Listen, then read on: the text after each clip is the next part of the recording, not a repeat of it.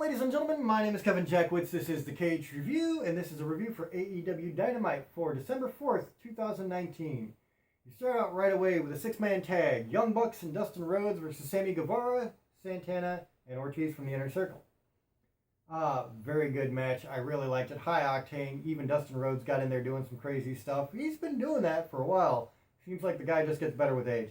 But at the end of the day, I'm going to cut this one short. The Young Bucks and Dustin Rhodes gets the win after a very good match. After that, you get Trent Barreta with Chuck Taylor and Orange Cassidy versus Rey Fenix.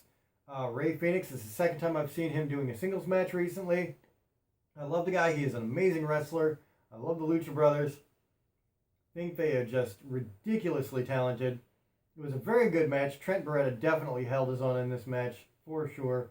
At the end of the day, Rey Fenix got the win. Very cool. Then Tony Schiavone interviews Cody with that nasty scar over his eyebrow. And, Cody, he's really not saying a whole lot. He's talking about what happened to him last week, and it doesn't really go too far for me. You get a Joey Janela, John Moxley bit where they're interviewing Joey Janela, and he's talking about what he's going to do to John Moxley. And John Moxley walks into the interview and just turns around and says, "Kids," walks out. Kind of funny. Very true to the Dean Ambrose style that he had going. Dark Order bit after that, the whole recruitment thing they got going, the promo packages they're doing, which is cool. Then you get Nyla Rose versus Lima Bates with Peter Avalon. Nyla Rose, I think they are building up ridiculously. I'm not a big fan of it, to be very honest. It's very one-dimensional, and I kind of lose interest. So, that's where I'm at with it. Peter Avalon tries to get involved. Nyla Rose takes him out. Takes out Leva, gets the win. Then Shayna comes out because Nyla Rose attacked her. And then she power bombs a referee onto a table and slams Shayna down onto the referee. So there you go. And apparently she is suspended because of that, obviously in the storyline. Then you get Chris Jericho with Jake Hager saying that he has to defend his belt again one more time over the year. And so the Lucha Express comes out.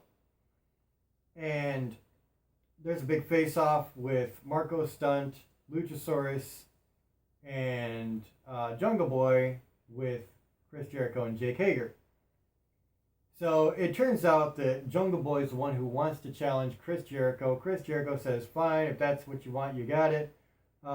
And then they all start swinging at each other, and the Lucha Express kind of chase Chris Jericho and Jake Hager out of the ring. After that, you get Chris Statlander versus Hikaru Shida. Good match. Didn't blow me away, but it was pretty good. And at the end, they actually gave Chris Statlander the win. Keep in mind, Shida is the #1 contender for Riho's Women's Championship.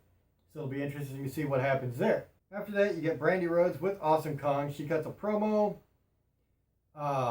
where I think it was Statlander was in the ring. And it was kind of awkward, honestly.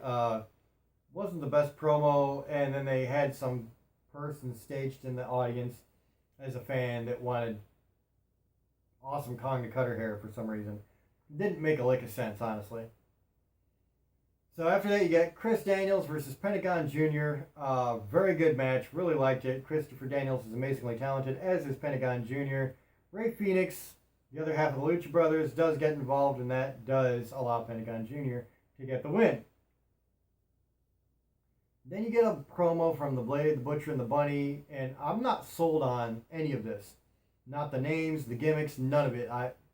This is where AEW is starting to drop the ball. And it's only this one thing. Actually, if it's only this one thing out of everything they've done so far, they're still doing really damn good. But I'm not with this at all. The whole fucking thing, the gimmick just sucks. The Blade and the Butcher, that's what you've got? Come on, man.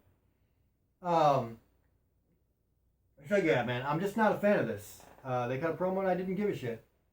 There you go. Joey Janela versus John Moxley is the last match of the night. And for most of this match, it was John Moxley. I mean, Joey Janela did get some pretty good offense in, but you kind of already knew who was going to win. And I mean, he ran a lot of the match, honestly. Moxley did. So he gets the win. And the big story here is Chris Jericho does exactly what Jon Moxley did last week. He walks through the crowd, kind of stands on the staircase halfway with his inner circle, looking at Jon Moxley. So there was that face-off.